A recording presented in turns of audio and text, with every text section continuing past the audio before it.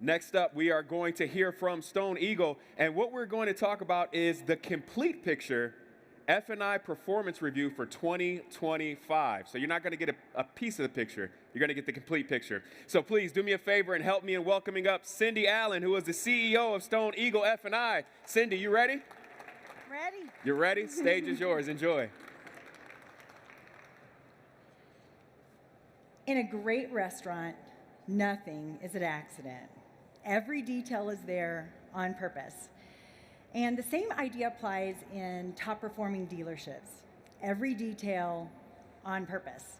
Like you said, I'm Cindy Allen. I started out answering the phone, but today I have the privilege of serving as the CEO at StoneEagle. Tell you a little bit about StoneEagle. For almost 40 years, we've had the privilege of sort of working in the background, behind the scenes, tracking F&I performance and measuring what really matters. So we get full deal detail for automotive transactions, supporting more than half the industry.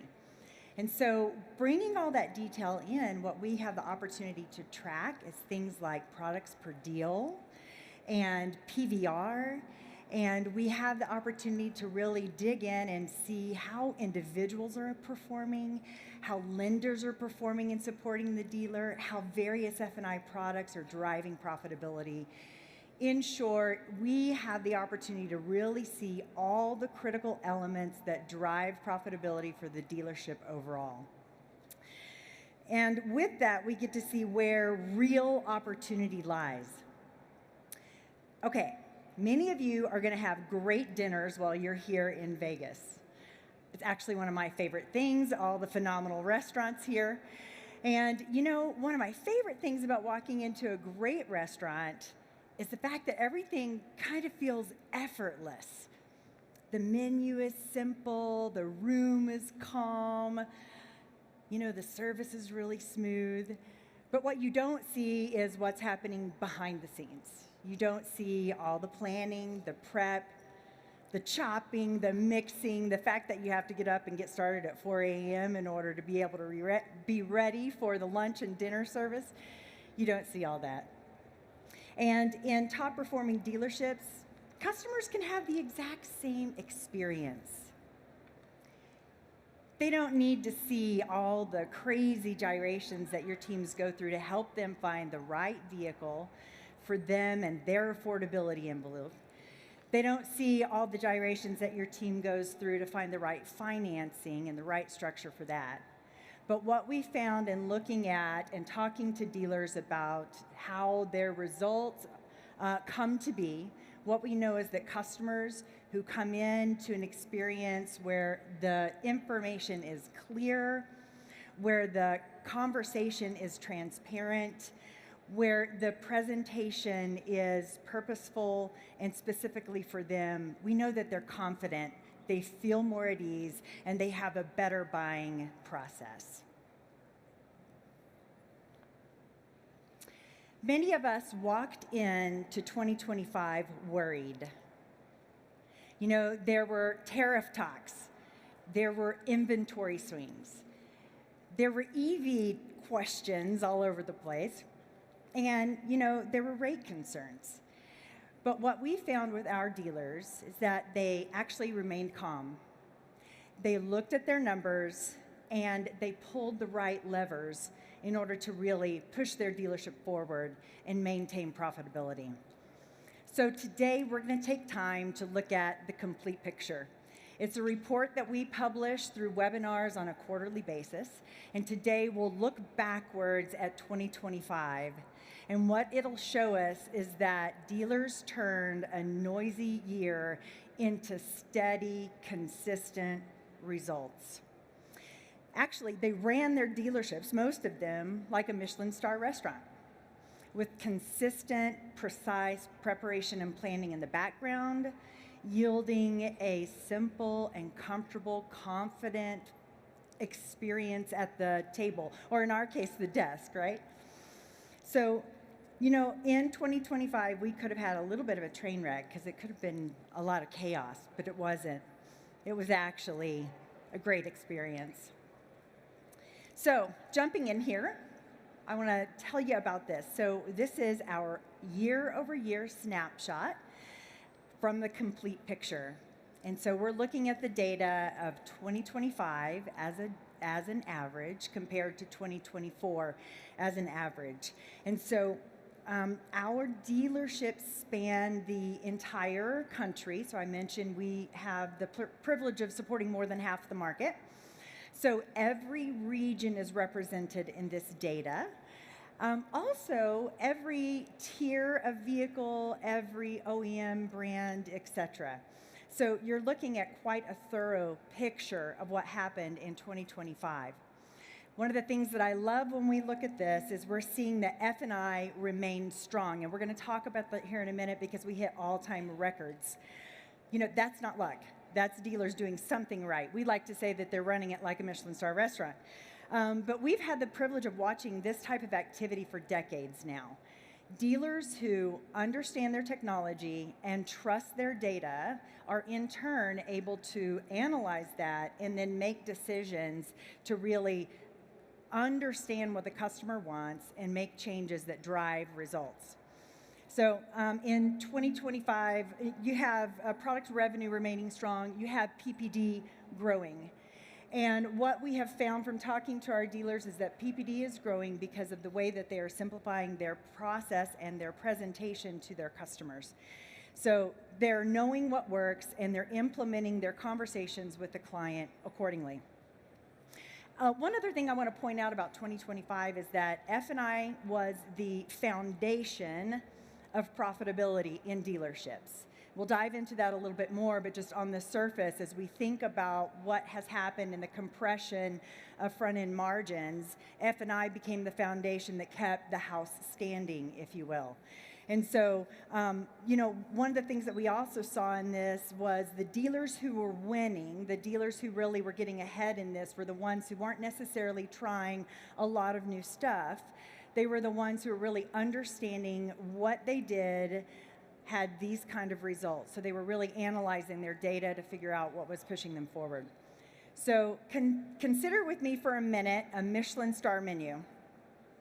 It's simple, it's short, it's intentional. Every item on that menu is thoroughly tested and then refined. Thoroughly tested and refined. Do I have any other fans of like Knives Edge or one of the other amazing cookie shows? Did anybody watch The Bear? Yeah, amazing. The dedication that goes into that is pretty phenomenal. But what we've also seen, like those Michelin Star restaurants, is that top performing dealers in 2025 really understood what moves for the customer in what sequence in order for them to be able to understand and then close.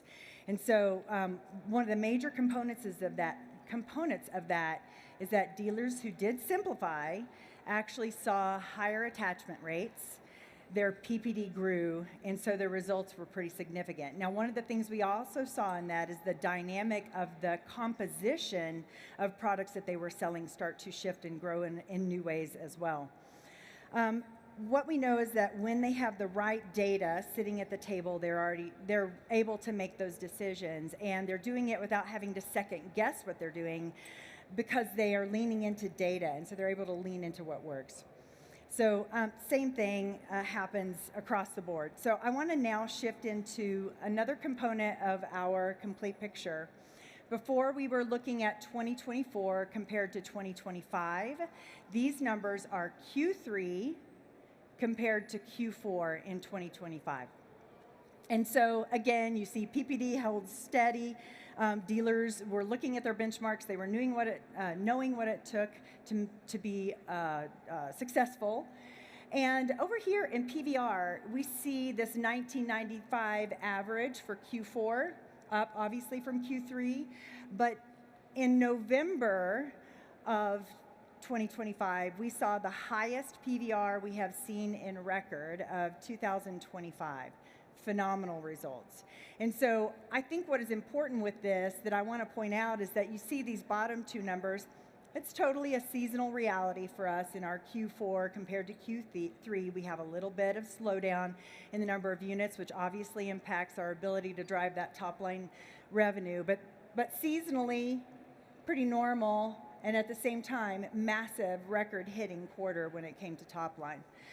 These various components are what dealers are looking at in order to really have that knowledge to dial in. And I think one of the things as we talk to dealers who are driving that are in that top percentile is that they don't have the habit of looking at things on a monthly or quarterly basis. They're actually looking at this data on a weekly or daily basis. I love NADA. It's like a big family reunion, right? And so over the past few days, we've had the opportunity to sit with some of our StoneEagle family and our clients. And one of the repeated things that people will tell us is that I wake up and have my coffee with StoneEagle numbers every single day. And so there's this consistency with top performers, and you know, anyone who's in this business knows that what you measure, you can expect results on. And that idea of looking at information every single day was something that was very, very consistent among the dealers who are in that top percentile. So one of the things we like to say, sticking with our little Michelin Star example here, is that dealers who read their numbers, like a Michelin Star chef reads their sauces, are the ones that were staying ahead. So digging in a little bit more, I want to have you reflect with me on our average deals per dealer.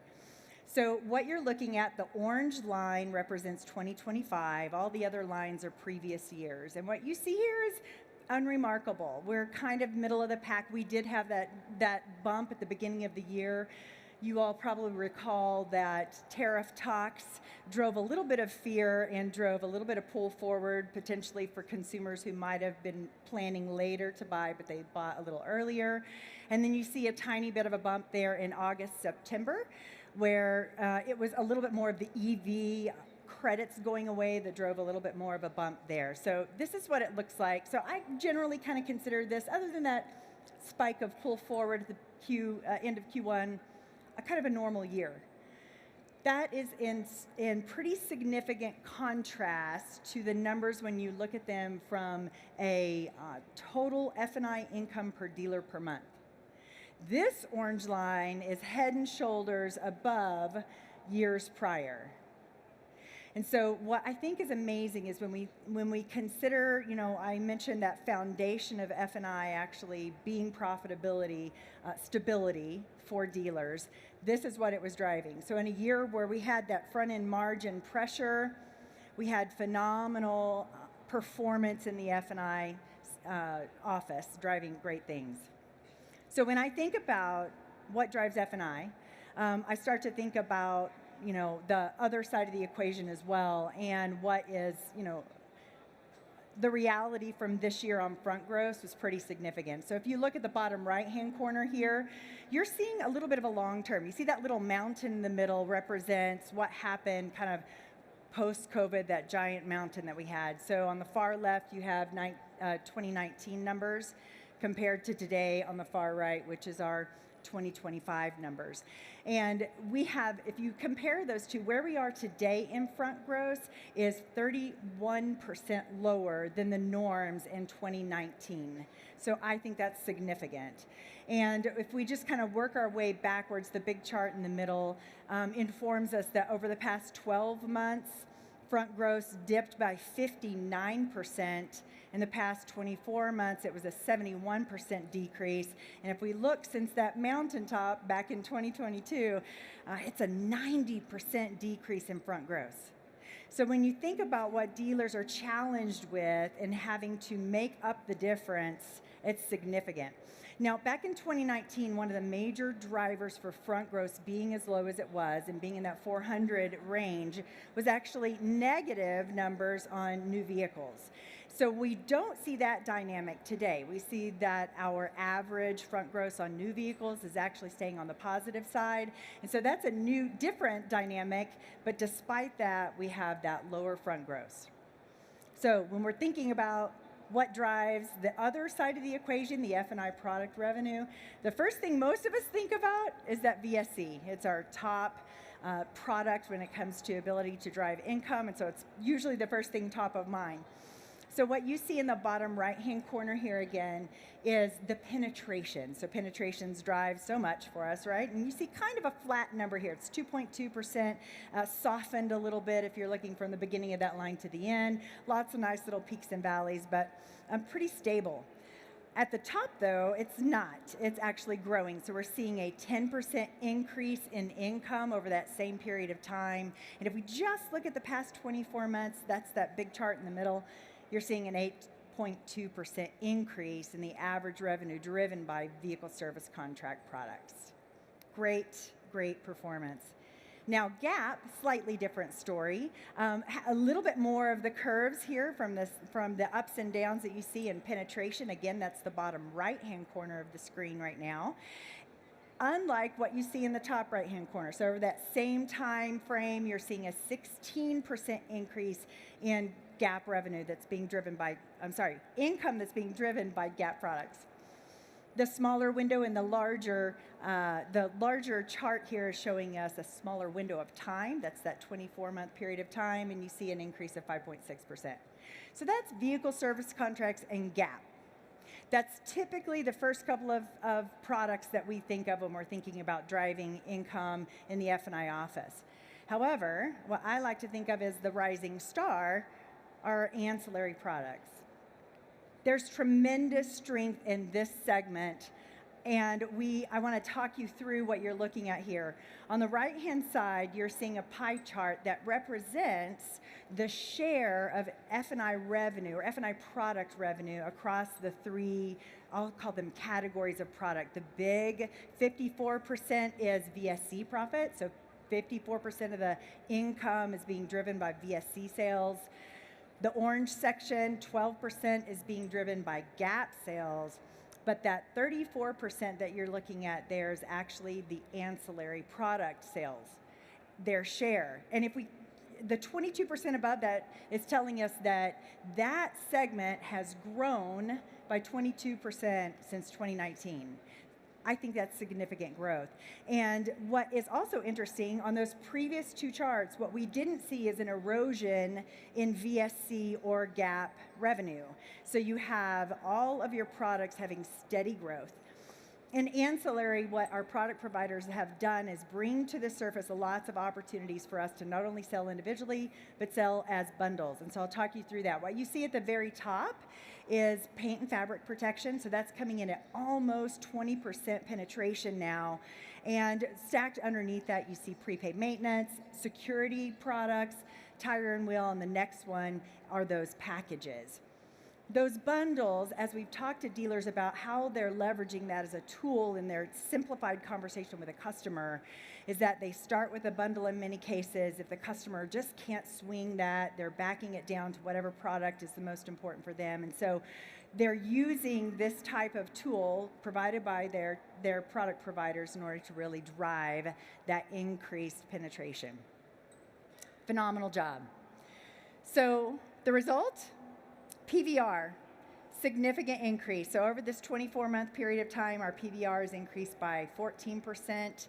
If we compared that back to the 2019 days, our PVR is sitting at 58% more than it was in the pretty, kind of flat days leading up to the end of 2019. So great, great progress there. When I say F&I is the foundation of profitability for the dealership, this is what that looks like. You can have extreme volatility in that front gross picture, but dealers are able to lean into the stability, and in this case, as we just saw, the growth over a long period of time here has been pretty consistent. So that's what we are saying when we're talking about the foundation of profitability in the dealership. So I am a giant data nerd, and I could sit here and go through and drag you through hundreds of pie charts and bar charts and line graphs, because that's just the way I am, but I'm not going to pull you through that. We actually decided for this conversation with you today that we wanted to prioritize something different.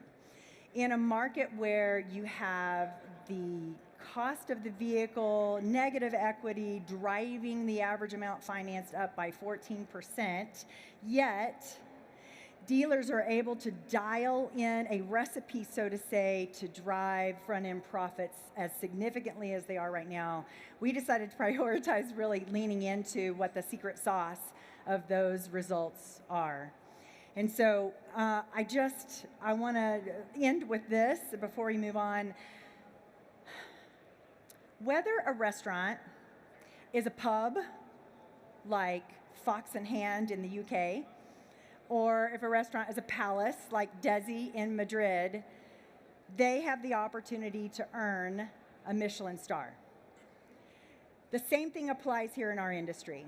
No matter what OEM brand you represent, no matter what region of the country that you reside in and sell from, you have the opportunity to create a Michelin star experience for your customers. And what we see in a Michelin star restaurant is as soon as they get their Michelin star, they have a 10x increase in income and visitors into their stores. So creating that comfort and that simplified, trusting conversation with customers, we are seeing literally in the data is driving higher attachment rates, higher PPD, and higher results than some of the other methodologies that we've taken in the past. And so one of the things that is important about that Michelin star kind of concept is your customers are never going to see the churn of activity that you're going through. They're never going to see all the effort, that happens when you're trying to find the right loan for a customer. But they will absolutely taste it when they sit at your table or your desk. And once they taste that kind of experience, they will crave it. And that's driving loyalty in so many ways.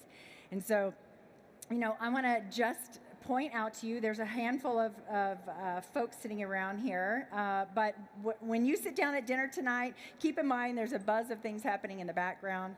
And speaking of Michelin experiences, we are actually holding a reception in our booth, 2109. We'd love for you to stop by.